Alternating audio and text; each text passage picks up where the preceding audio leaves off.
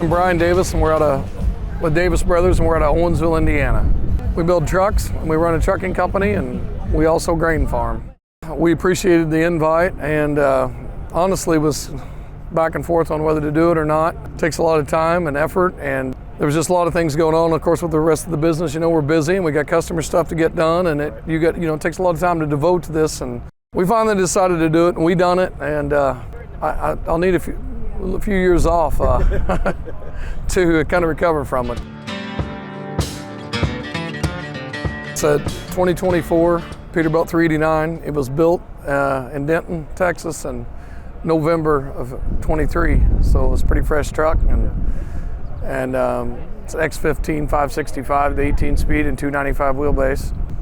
We upped our game a little bit on kind of the engine bay, a little more than what we probably would have, what we were going to build. Interior, we had a lot of ideas for a lot of the wild stuff done on the interior, and once we decided that we would do the build off, then we kind of stepped it up. But for the most part, I already had an idea of the colors in my head, a stripe layout.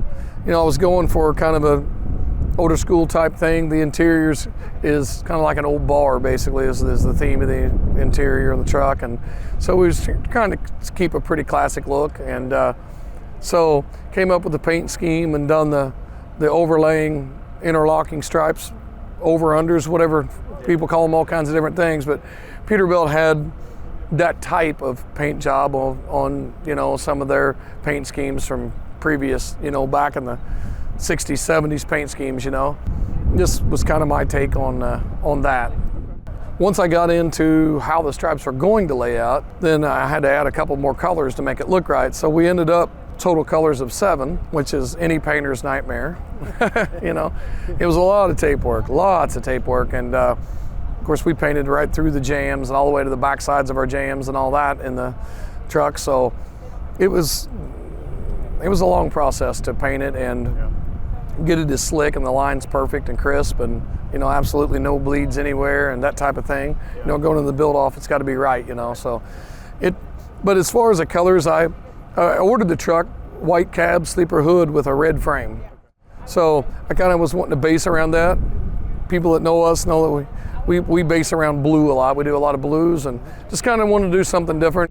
Interior, we probably went a little farther with than we do sometimes. We put a couch in, took the bed out, put a couch in, that type of thing, So I played in a band for over 25 years, and so I really have always liked the stereos and that type of thing. And with the theme of the old bar inside, I thought, man, it'd be kind of cool to make it look like there's some old amps sitting around, when you're in there sitting on the couch. And so that's kind of where we got that. So the truck has got 8 12W7s in the bunk and 18 7.7s in the cab. And the trailer has 16 13W7s. And Mac built between the rails for us. They braced it in such a way that it left us compartments that are about 5 feet long and 40 inches wide for those boxes to set up in and places to mount and the whole deal. So that worked out great. There's a lot of speakers in the trailers. Got the 16 subs and then 28 8.8 JL Marine coaxials. So it does sound off. So the truck's lessons learned.